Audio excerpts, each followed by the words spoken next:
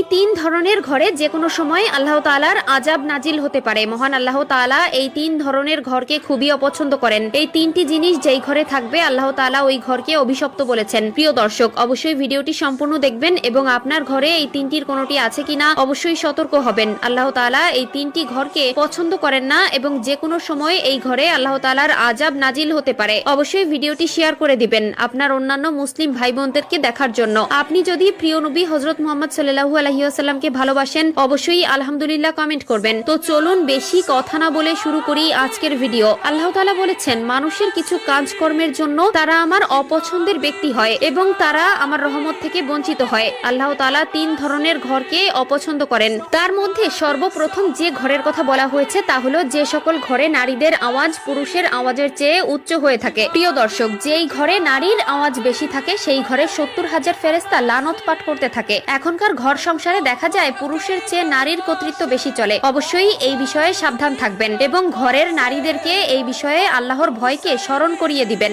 2 নম্বরে আল্লাহ তাআলা ওই ঘরকে অপছন্দ করেন যেই ঘরে কারো হকের টাকা মারা জমা রয়েছে এবং সেই টাকা দিয়ে ওই সংসার চালানো হলে সেই ঘরে আল্লাহর আযাব যে কোনো সময় আসতে পারে। প্রিয় ভাই ও বোনেরা, জীবনে যাই করেন না কেন কারো হক নষ্ট করবেন না।